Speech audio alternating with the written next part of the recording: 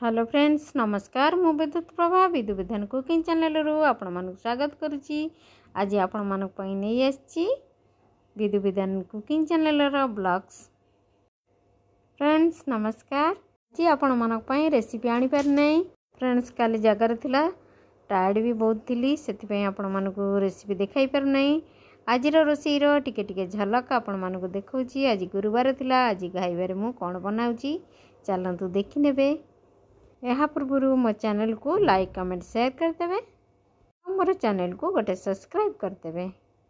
Side रे bell icon को press करदेवे जेमिति मोर नुआ वीडियो अपलोड हो आपन को तुरंत नोटिफिकेशन मिल पारिबो। आज बहुत बढ़िया रोषेई नहीं आछि देखंतु। एठारे मु भात दही कड़ी बीन आलू भजा अचार पांपड़ एठारे देखंतु भात मोर फुटुची।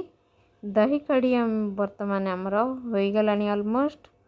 एबे आमे धनिया पत्र टिके पकाई नेबा चलंतु। फ्रेंड्स छुंकरे मु देइथिली सोरिष कंचा लंका भुरसिंगा पत्र अदा कोरा देई छुंक देइथिले आ सहित रसुण छेचा या को देई आमे दही कड़ी छुंक देई फुटाइथिले।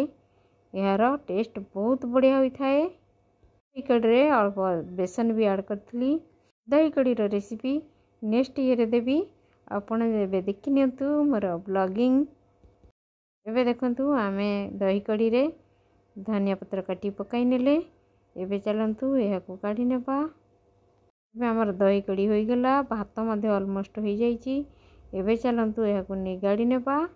एहा परे आमे भजा बसेइबा। तमे पैन को गरम कर नेबा सेथिरे ग्राउंडनट ऑयल गरम करिबा माने बादाम तेल। फ्रेंड्स बादाम तेल शरीर पई बहुत भल होई थाए।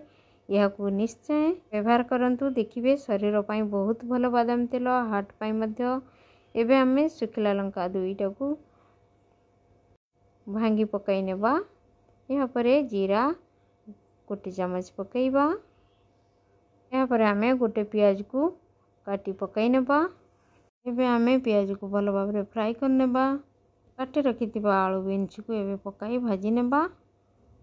एबे हमें भले से मिक्स करी भाजीबा फुटण तेल रे जेमिति भल भाबरे मिक्स हो जाए। यहाँ पर हमें हळदी गुंड गोटे चम्मच देबा।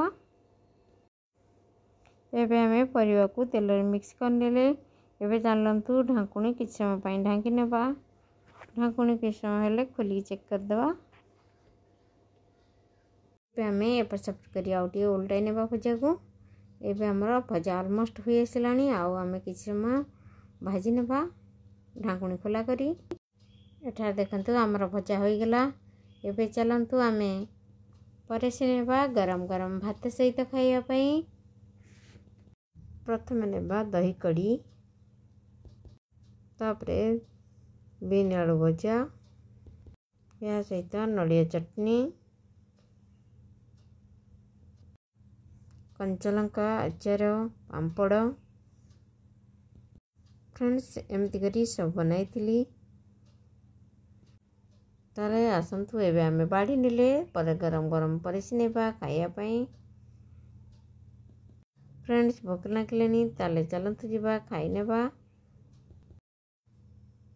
रहिली नमस्कार धन्यवाद। पुणी आसीबी एक नुआ वीडियो नहीं। Bye see you again.